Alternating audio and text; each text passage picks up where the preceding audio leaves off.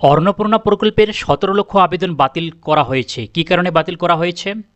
যদি বাতিল হয়ে থাকে, যারা বাদ পড়বেন তারা কিভাবে ফের আবেদন করবেন, কী রয়েছে সরকারি পদ্ধতি, সরকার কি বলেছে, আমরা এই ভিডিওটিতে জেনে নেব। শেষ পর্যন্ত দেখুন। যদি ২০ আগস্টের পরেও আপনি টাকা না পেয়ে থাকেন, তাহলে ধরে নেবেন আপনার আবেদন বাতিল করা হয়েছে এবং পরবর্তী স্টেপ আপনাদের কী নিতে হবে। অবশ্যই দেখুন শেষ পর্যন্ত। নতুন দর্শক অবশ্যই চ্যানেলটি সাবস্ক্রাইব করতে ভুলবেন না, ভিডিওটি লাইক করবেন, শেয়ার করে সকলকে জানানোর সুযোগ করে দেবেন। যে প্রাথমিক যে নথি যাচাই, এতে ১৭ লক্ষ আবেদন বাতিল করা হয়েছে। এর প্রধান কারণগুলো কি বলা হয়েছে? আধার সিডিং বা ডিবিটি সমস্যা। ১৭ লক্ষ যে আবেদন, এর মধ্যে ১০ লক্ষ আবেদন বাতিল হয়েছে আধার নাম্বারের সঙ্গে ব্যাঙ্ক অ্যাকাউন্টের লিঙ্ক বা সংযোগ না থাকার কারণে।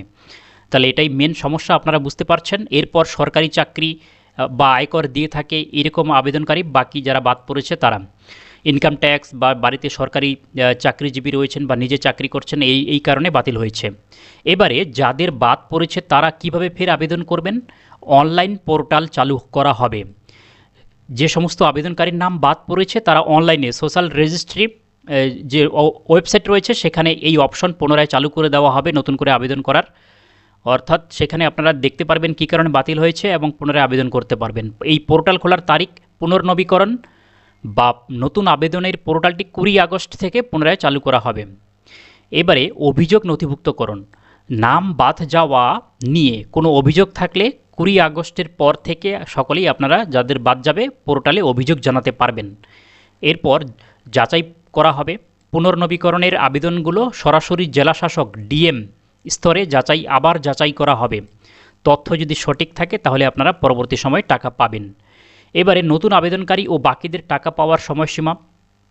যারা ১১ থেকে ৩১শে জুলাইয়ের মধ্যে আবেদন করেছেন, অর্থাৎ জুলাই মাসের ১১ তারিখের পর থেকে যারা আবেদন করেছেন, সেই আবেদনগুলো নথি যাচাইয়ের কাজ এখনও চলছে। এই প্রক্রিয়া শেষ হতে ৩০ সেপ্টেম্বর পর্যন্ত সময় লাগতে পারে। ৩০শে সেপ্টেম্বর পর্যন্ত। এবারে সম্পূর্ণ নতুন আবেদন যদি কেউ করতে চান, এখনও পর্যন্ত আবেদন করেননি, তাহলে নতুন করে অন্নপূর্ণা যোজনায় আবেদন করতে চান, তারা ৩০শে সেপ্টেম্বরের আগে নতুন করে আবেদনের সুযোগ পাবেন না। ৩০শে সেপ্টেম্বরের পরে নতুন করে হয়তো আবেদনের সুযোগ দেওয়া হবে। এবারে ব্যাংক সমস্যার যে সমস্যা রয়েছে সেটা কিভাবে সমাধান করা হবে?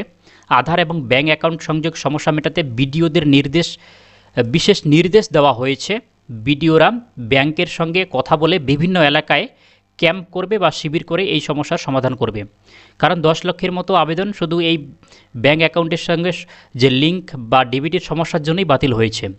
এবারে যোগ্যতা এবং আয়ের ক্ষেত্রে যে নতুন নিয়ম চালু করা হয়েছে, যারা নিজেই চাকরি করছেন, যে সমস্ত মহিলারা ১০,০০০ টাকার বেশি ইনকাম করছেন অথবা পরিবারের বার্ষিক আয় ১২ লক্ষ টাকার বেশি, তারা এই সুবিধা পাবে না। এবং জমির পরিমাণ ৭টি কর্পোরেশন এলাকা, যারা পৌরসভায় রয়েছেন তাদের ক্ষেত্রে প্রযোজ্য নয়, কিন্তু পৌরসভার মহিলারাও পাবেন জমি থাকলে ৫০ ডেসিমেলের বেশি। শুধুমাত্র কর্পোরেশন এলাকায় যদি ৫০ ডেসিমেলের বেশি জমি থাকে তাহলে আবেদন বাতিল করা হচ্ছে। গ্রামীণ এলাকায় জমির পরিমাণের ক্ষেত্রে ছাড় দেওয়া হয়েছে। আবেদনের বর্তমান স্থিতি কি রয়েছে? ১,৮০,০০,০০০ আবেদন জমা পড়েছিল, তার মধ্যে ভেরিফিকেশন হয়েছে মাত্র ১,৬২,০০,০০০। এর মধ্যে এই যে ১,৬২,০০,০০০ মধ্যে ১,৪৫,০০,০০০ আবেদন অনুমোদন দেওয়া হয়েছে।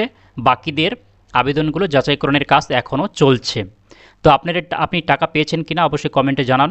২০ আগস্টের ২০ তারিখ পর্যন্ত আপনাদের টাকা দেওয়া হবে।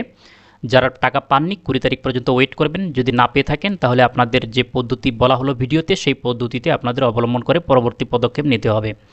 Thanks for watching.